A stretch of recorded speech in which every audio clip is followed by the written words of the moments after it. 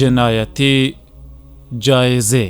افغانستان د اشغالګرو په 100 کلنه موده کې د داسې پیښو شاهد دی چې پکې یرغلګرو پوځونو د بشریت ټول اصول تر پښو لاندې کړي دي. داسې قاتلان هم تیر شوي چې د عامو هیوادوالو له شهیدولو وروسته د هغوی د جسدونو غړي پرې او د افتخار او یادګار په توګه له ځانه سره ساتلي دي.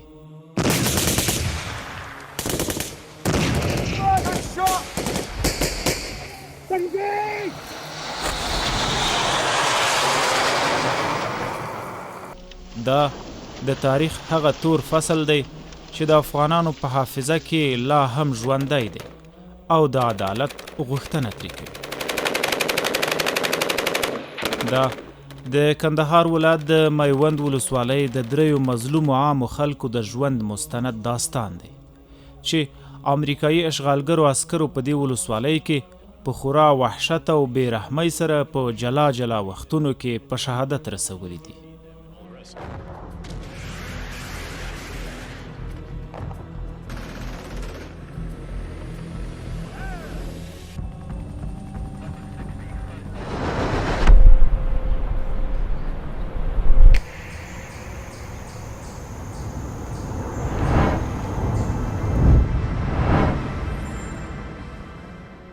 د امریکایي عسکرو د بېشمېره جنایاتو په کتاب کې دا 3 هغه جنایتونه دي چې خپل امریکایي عسکرو پرې اعترافونه کړي. دا د امریکایي پوځونو یوه ځانګړې ډله وه چې پر ځان یې د وژنې ګروپ نوم ایښی و. دغه 15 تنه امریکایي عسکر د 2م کنډک د براو شرکت د 3م پلاټون او د 5مې لیوا د لومړي پلاټون غړي وو او په میوند ولسوالۍ کې مستقر وو.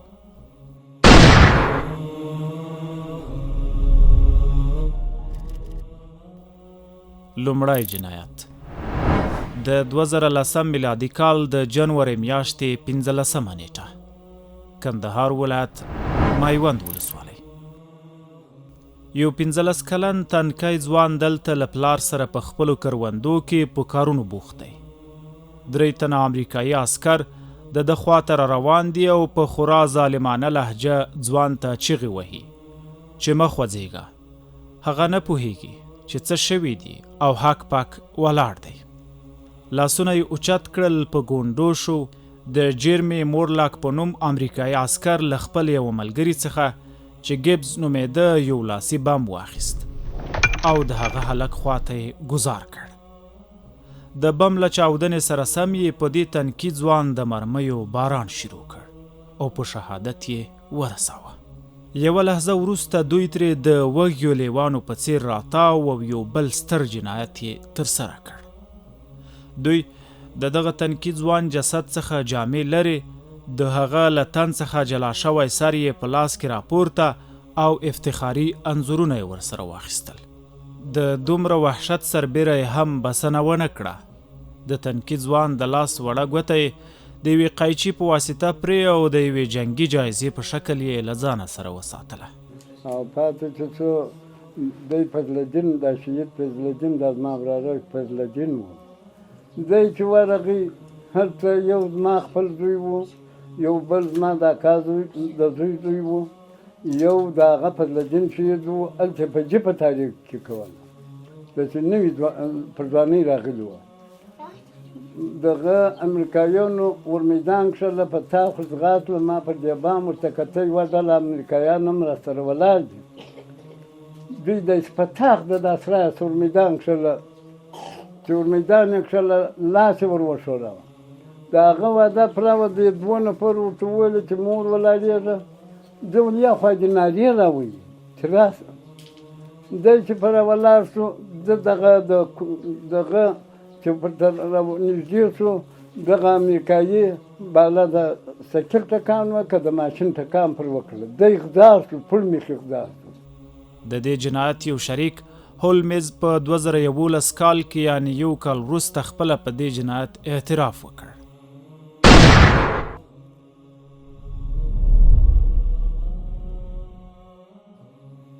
دوهم جنایت د 2010 میلادي کال د فبروري د میاشتې په 22مه نیټه د امریکایي وحشي پوځ د وژنې ډله یو بل جنایت ترسره کوي.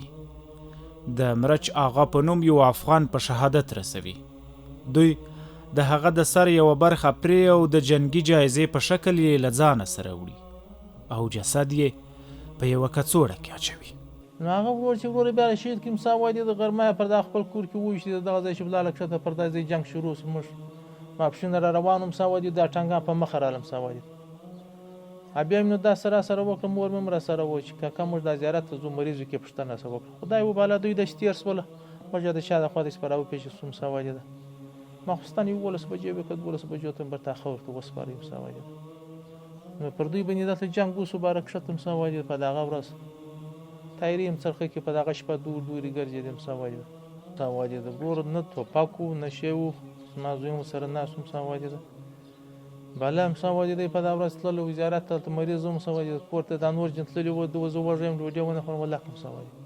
یا پلار تلاشي پشي کړی وه د تلاشي سربیره مساوات ده. برته تللی کور ته پر هغه ډوډۍ کښېنستلی وو. دا بله پلار یې ولاړ کړی د شا د خوا یې باره وویشتې مساوات ده. باره د خپل توپک په سر دقیق عکسونه یې وسوي پر موږ توپک راوایستې مساوات ده. دغو وحشي صفته عسکرو په خپلو خبرو کې د شهید شوي مرچ آغا بېګناهي ثابتوي او پر خپل کړي جنایت اقرار کوي.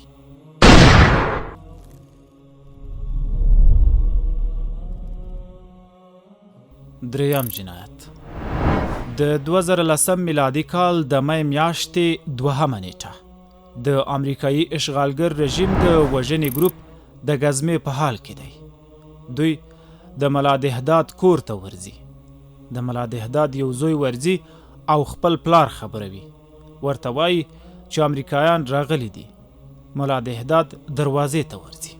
امریکایي عسکر دته په ماته ګوډه پښتو ژبه وایي حرکت مه کوه، لاسونه اوچت او په ګونډو شه. ملا دهداد د دوی په خبره همداسې کوي او څو شېبې وروسته په شهادت رسېږي. د بشري حقونو دا تش په نوم ادعاګر د کوچنیو ماشومانو او تورسرو په حضور کې لومړی په هغه د لاسي بم ګزار کوي. د بم د وحشي غږ سره سم د هغه پر وجود د مرمیو باران پیلوي. موده وروسته د کلي د مشرانو د اعتراضونو په پایله کې د اشغالګرو یو ګروپ همدې کلي ته راځي او وایي چې ملا دهداد له امریکایي عسکرو سره تیز چلند کړی و ځکه د عسکرو لخوا ووژل شو. خو ملا دهداد نه په لاس کې کومه اسلحه درلوده او نه یې د دوی په وړاندې کوم غبرګون ښکاره کړی و. د میوند ولسوالۍ د دغو دریو عامو وګړو د شهادت کیسې یوازې د څو کسانو د شهادت داستان نه دی بلکې د هغه دردناک واقعیت څرګندونه کوي چې د اشغال په کلونو کې زرګونه افغانان ورسره مخ شوي دي. تاریخ به دا ډول جنایتونه هیڅکله هیر نه کړي او د دغو مظلومو انسانانو یاد به د حق، عدالت او انساني کرامت د غوښتنې د یوه تلپاتې سند په توګه ژوندی پاتې وي.